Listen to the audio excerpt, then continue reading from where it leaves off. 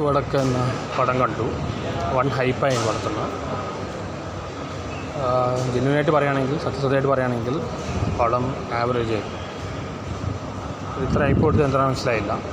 പക്ഷേ വിനായകൻ്റെ അഭിനയം നല്ലതാണ്. വിനായകൻ്റെ അഭിനയിക്കാൻ നന്നായിട്ട് ഇഷ്ടപ്പെട്ടു. കഴിഞ്ഞാലും മൂടും കുഴപ്പമില്ല. എല്ലാം കൊണ്ടും ഒരു ആവറേജ് മൂവിയാണ്. വൺ ടൈം വാച്ചബിളാണ്. ഇത് കോമഡിയുടെ പ്രോബ്ലം അല്ല. ഇതാണ് ബാഡ് ബോയ്സിന് പറ്റിയ പ്രോബ്ലം. ഈ കോമഡി ചിലയിടത്ത് വർക്കൗട്ടാവാൻ ബുദ്ധിമുട്ടാണ്. ഒരു ആക്ഷൻ മൂവീസൊക്കെ കുറച്ച് എളുപ്പമാണ്. കോമഡി വല്ലാത്ത സംഭവം ചിലപ്പോൾ വർക്കൗട്ട് ആവില്ല.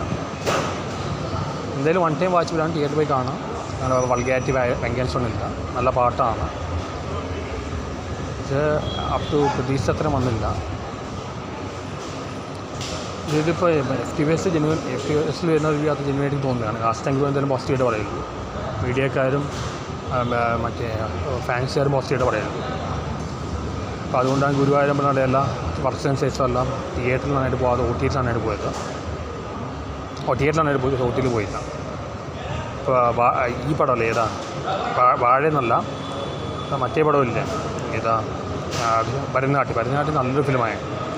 ഭരതനാട്യം എന്ന് പറയുന്ന പടം തിയേറ്ററിൽ ഓടിയില്ല, പക്ഷേ OTT നന്നായിട്ട് ഓടി. OTT റെസ്പോൺസ് കളി ജെന്യുവായിട്ട് തോന്നും.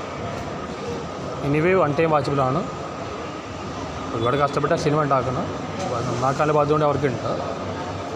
എന്തായാലും വലിയ എക്സ്പെക്റ്റേഷൻ വെക്കണ്ട, കണ്ടിരിക്കാം.